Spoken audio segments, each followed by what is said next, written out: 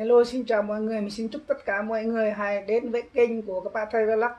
Hôm nay mình quay clip để làm món atiso đỏ hay còn gọi búp giấm mọi người, để ngâm với đường nhé. Giờ mình sẽ làm cắt cái đầu này, xoay rồi mình sẽ lấy ra cái hột của nó.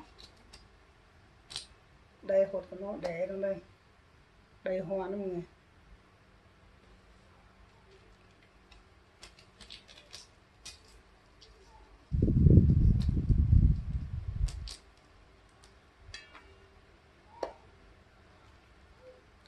Đây, atiso còn có công dụng của nó trị bệnh mọi người, thanh nhiệt giải độc gan, bổ thận.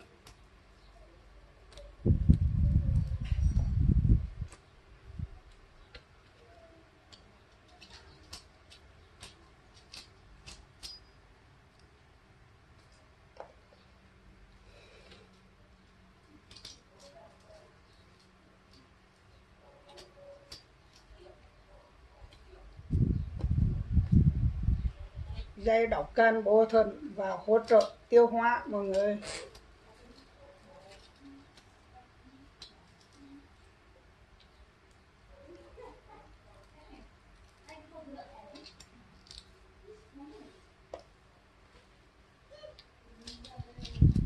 Thứ mai tụ quay đây còn làm kem nghe quay kem bạn này kem đài này quay kệ đây mình quay cho mọi người xem đây. Đây atiso đỏ hay còn gọi búp giấm. Đây mình lọc ra cái bông nó này, còn đây hột nó.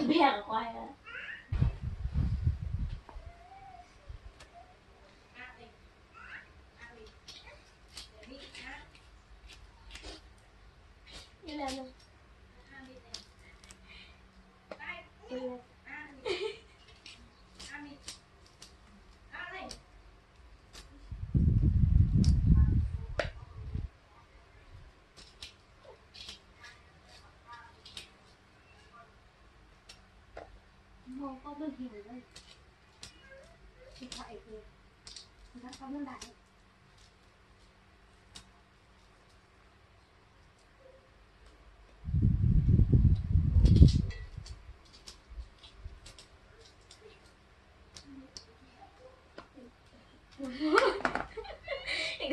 thì thật là quay là Cái thành phần mình đã cắt xong rồi nha mọi người nha. Mình sẽ đi rửa. Đẹp chưa? Màu đỏ hồng. Mình đi rửa, mình ngâm với đường. Phần còn lại đây hột nó này, mình sẽ phơi khô, nấu nước uống, rồi mình sẽ đi rửa nha. Mình rửa nhé mọi người ơi. Con thao này.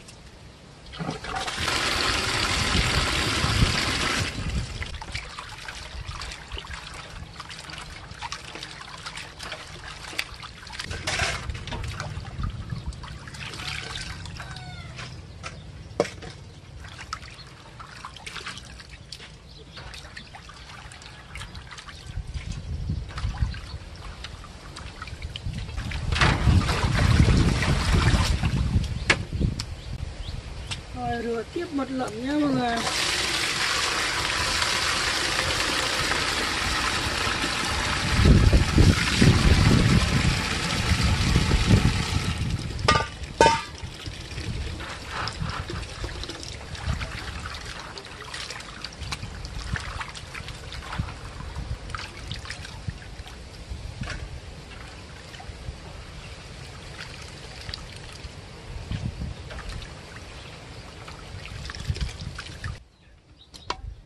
Đã rửa xong chưa mới nha.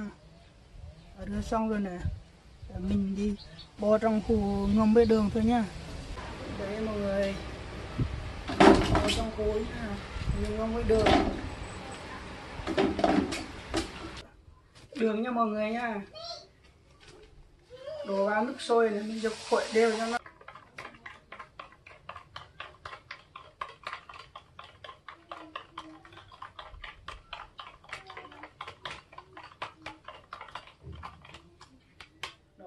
đã khuấy xong đường rồi. Chở đây nước đường đã nguội đấy nha mọi người, đổ vào trong hồ đấy nhá.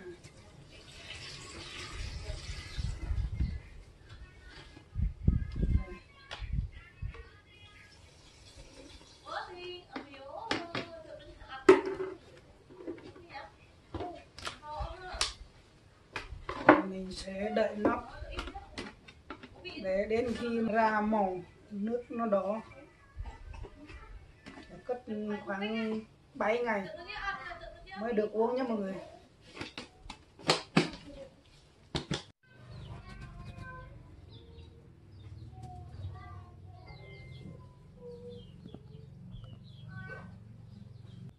Đợi 7 ngày sẽ thưởng thức nha mọi người.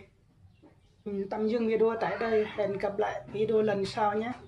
Nếu mọi người thấy hay, hãy like, subscribe, ủng hộ, đăng ký kênh của mình nhé. Xin cảm ơn.